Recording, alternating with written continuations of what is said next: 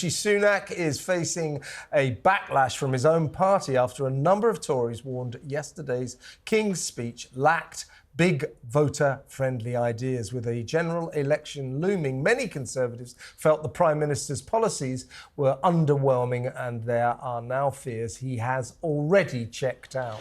Yeah, Tory ministers also warn there is now increased pressure on the Chancellor to introduce tax cuts within the next few weeks. Meanwhile, Suella Braverman has been accused of using provocative comments to get herself fired by Number 10 in order to then launch her own leadership bid. Joining us now is Politico reporter Bethany Dawson. Welcome, Bethany.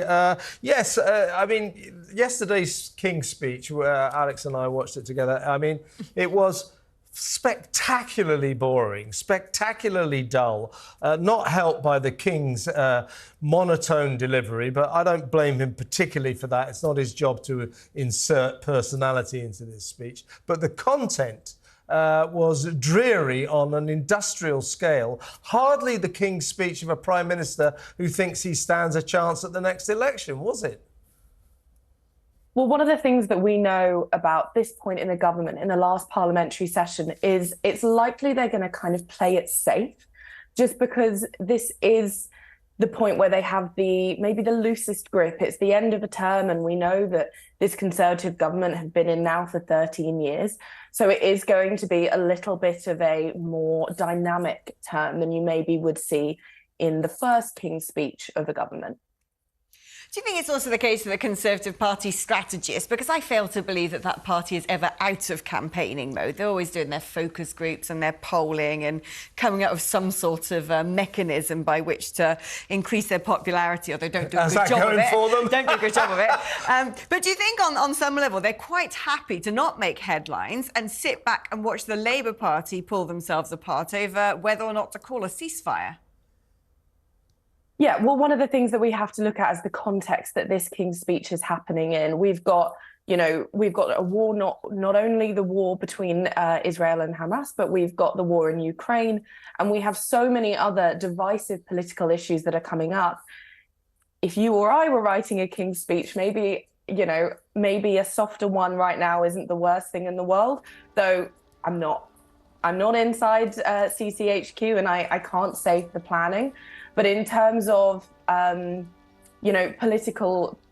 political controversy at the moment, we have enough of it, definitely. Well, one person who wasn't impressed by the King's speech yesterday, unsurprisingly, was that well-known ceasefire opposer, Sir Keir Starmer. Let's have a little listen to the Labour leader. In fact, today we reached something of a new low, because they're not even pretending to govern anymore. They've given up on any sense of service. They see our country's problems as something to be exploited, not solved. And in doing this, they underestimate the British people, because what Britain wants is for them to stop messing around and get on with the job. Well, I mean, it takes a lot for someone like Sir Keir Starmer to suggest that something's boring, doesn't it?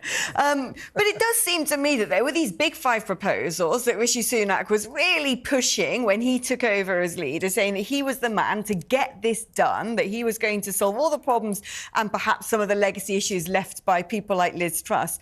And yet we haven't heard anything about stopping the boats. We haven't really heard anything about the big pledges that I'm sure a lot of MPs are hearing told to them on the doorsteps. Yeah, so one of the things about a King's speech is the kind of legislative programme for a parliament isn't confined to what is in the King's speech. There's lots of things that weren't mentioned yesterday that we might be seeing. The same as what is in the King's speech is not binding. So it's not that we have to see everything that was in there. So whilst it is a good indicator of the priorities and what's to come in the next year or so, it's not an absolute foolproof way of knowing exactly what's gonna come up.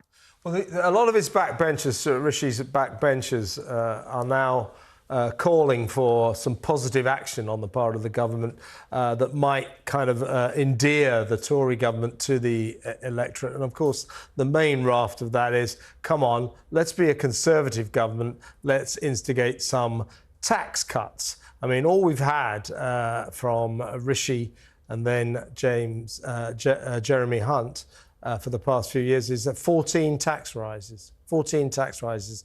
They are saying unless you cut taxes pretty damn soon, we're spent, we're finished, we'll never win the election. Do you think Rishi might respond to those calls?